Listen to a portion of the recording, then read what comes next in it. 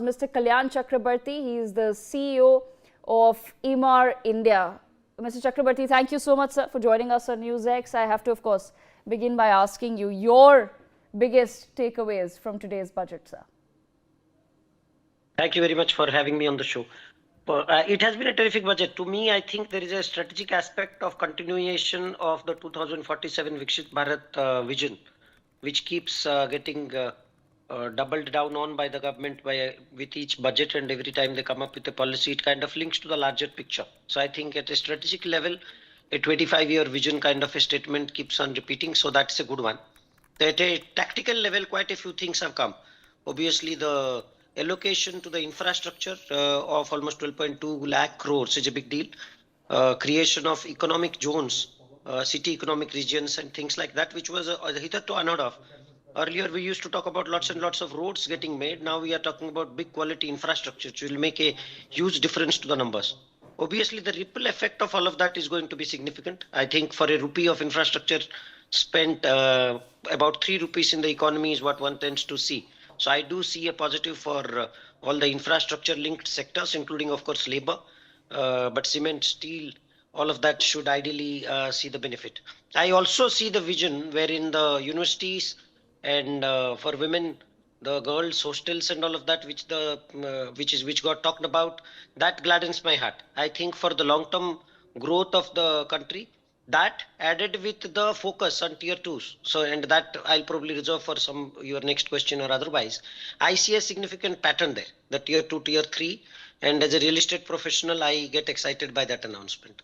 So speaking, Mr. Chakrabarti, of tier 2 and tier 3, we've heard today an announcement in the increase in national infrastructure spending, as you've also mentioned, to 12.2 lakh crores now.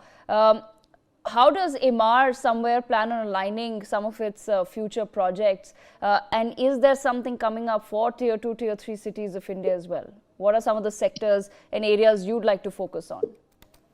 So I think tier 2, tier 3 are automatic growth engines for the economy as such, and hence any good developer would like to be present in those places. I think what the budget has done is, by very clearly articulating that tier 2, tier 3 will be a focus area, is unleashing something big.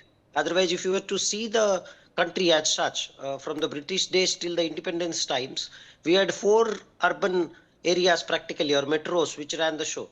Subsequently, we grew it post economic liberalization. We added 3 more, maybe Hyderabad, Pune, and Bangalore. So ended up having a 7 metro drive. So to say, the urbanization happened practically in 7 to 8 metros. With this, I think we are jumping out of the mindset to have 7 or 8 metros driving the urbanization plan down to, let's say, 100 more, because 5 lakh and more cities, I don't know the number at the top of my head, but will be close to about 80 to 100. And that's a lot. So urbanization getting decluttered, going to different places, will also reduce the urban pressure. It will also create lots and lots of pockets of growth, and real estate developers will, of course, look at that. Added to this, the high-speed corridors, which have been talked about, 7 of them at different places, they will go through specific smaller towns, and when they do, that will unleash its own little growth phenomenon. Mr. Chakrabarti, and hence I do yes. see us going to some of those places. I do see us exploring and growing enough in some of these tier 2, tier 3 cities. All right, I also have to understand from you, the budget this year has introduced a scheme for advanced construction equipment as well.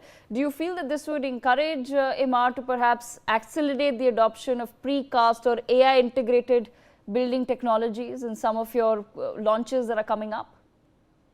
See, precast is something we already look at, and I'm pretty sure with AI, technology is moving at a speed faster than light nowadays. Yes. And integration of AI into almost every walk of life is almost becoming a reality.